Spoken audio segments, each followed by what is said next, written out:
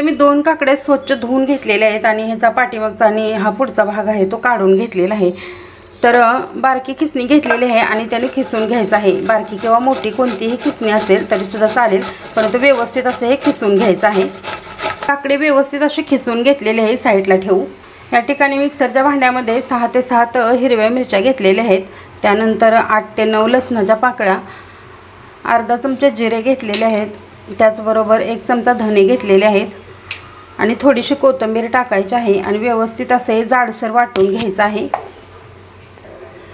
अशा पद्धतीने वाटून घेतलेले आहे, पाहू शकता। जाडसर पाण्याचा वापर करायचा नाहीये।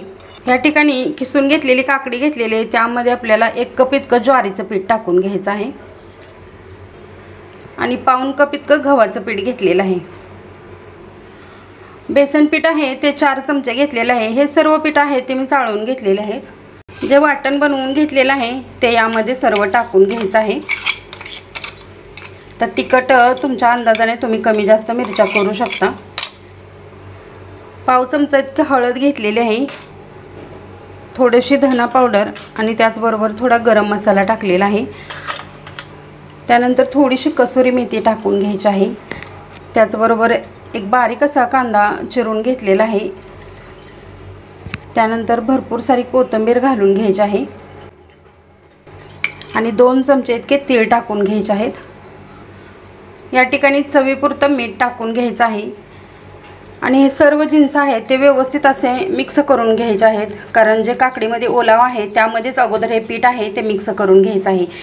तुम्ही वरतून जर पाणी वताल तर ते पाणी जास्त होईल, कारण जे काकडी खिसून घेतलेले आहे त्यामध्ये पाणी सुटलेलं असतं। ते व्यवस्थित असं हे मिक्स करून घ्यायचं आहे, अगदी एकजीव करून घ्यायचं आणि त्यानंतर जसं लागेल तसं पाण्याचा थोडासा वापर करून व्यवस्थित हे पीठ मळून घ्यायचं आहे। अशा प्रकारे आहे ते पीठ ओलं झालेलं आहे। आता यावरती आपल्याला थोडंसं पाण्याचा वापर करायचा आहे, कारण जास्त घट्ट आहे हे पीठ। व्यवस्थित असं आपल्याला थापता येईल अशा पद्धतीने हे पीठ आहे ते 4 चमचे पाणी टाकून मळून घ्यायचं आहे। थोडंसं अगदी सैल करायचं आहे। पीठ व्यवस्थित असं मळून तयार झालेलं आहे। या ठिकाणी ना सुती कपडा घेतलेला आहे आणि तो पाण्यामध्ये ओला करून घ्यायचा आहे आणि व्यवस्थित असा हा पळपोटावरती हंतरून घ्यायचा आहे। सुती कापड नसेल तर सुती रुमाल घेतला तरी सुद्धा चालेल, काही हरकत नाही। ह्या पिठामधील एक गोळा घ्यायचा आहे छोटासा अशा पद्धतीनं आणि व्यवस्थित असा अगदी हातावरती गोल असा करून घ्यायचा। हा गोळा आहे तो यावरती ठेवून घ्यायचा आणि थोडं थोडं पाण्याचा हात लावून हे व्यवस्थित असं आपल्याला थापून घ्यायचं आहे। पातळसर जेवढं तुम्हाला पातळ करता येईल तेवढं हे पातळ व्यवस्थित असं थापून घ्यायचं। ह्या बोटाच्या साहाय्यानं व्यवस्थित असं हे थापलं जातं। जसं लागेल तसं आपल्याला पाण्याचा वापर करायचा आहे आणि हे व्यवस्थित असं थापून घेऊ। हा पळपट आहे तो असा थोडा फिरवत व्यवस्थित असं हे मी थालीपीठ आहे ते थापून घेतलेलं आहे। अप्रतिम चवीचं असं हे काकडीचं थालीपीठ तयार होतं। तुम्ही एकदा नक्की करून पहा। ह्या उन्हाळ्यामध्ये तर तोंडाला चव नसेल तर वेगळं काहीतरी आपण नक्की ट्राय केलं पाहिजे, मुलांना सुद्धा खाऊ घातलं पाहिजे।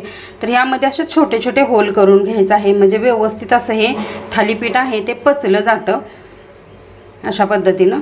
तुम्हाला हवं तर वरतून तुम्ही तीळ सुद्धा टाकू शकता, पण आपण मळतानाच तीळ टाकलेलं आहेत। गॅसवरती तवा आहे तो गरम झालेला आहे। थोडंसं अगदी तव्याला तूप लावून घ्यायचं आहे। अशा पद्धतीने तुम्ही तेल लावलं तरी सुद्धा चालेल, काही हरकत नाही। त्यानंतर त्यावरती हे थालीपीठाचा आहे कपडा असा धरून अशा पद्धतीने टाकून घ्यायचा आहे आणि अलगद असा हा कपडा आहे तो ओढला का व्यवस्थित असा हा साईडला निघून येतो। त्यानंतर थोडं सुकलं का मग वरतून असं थोडंसं तूप टाकून घ्यायचं आहे, जेणेकरून पलटताना व्यवस्थित असं ते निघल, तुटणार नाही आहे अशा पद्धतीनं। हे थालीपीठ आहे ते पलटी करून घेऊ आपण। पहिल्यांदा अगोदर ह्या कडा आहेत त्या व्यवस्थित अशा सोडवून घ्यायच्या अशा पद्धतीनं आणि हे व्यवस्थित असं हे भाजून घ्यायचं आहे अगदी खरपूस होईपर्यंत। पाहू शकता तुम्ही मस्त असं थालीपीठ आहे ते आपलं खरपूस असं भाजलेलं आहे व्यवस्थित अगदी मस्त असं। तर हे थालीपीठ आहे हे तुम्ही दह्यासोबत किंवा मग लोणच्यासोबत जरी खाल्लं तरी सुद्धा चालेल, खूप छान असं लागतं। नक्की एकदा तुम्ही ट्राय करा। आणि चॅनलवरती नवीन असाल तर चॅनलला नक्की सबस्क्राईब करा. धन्यवाद.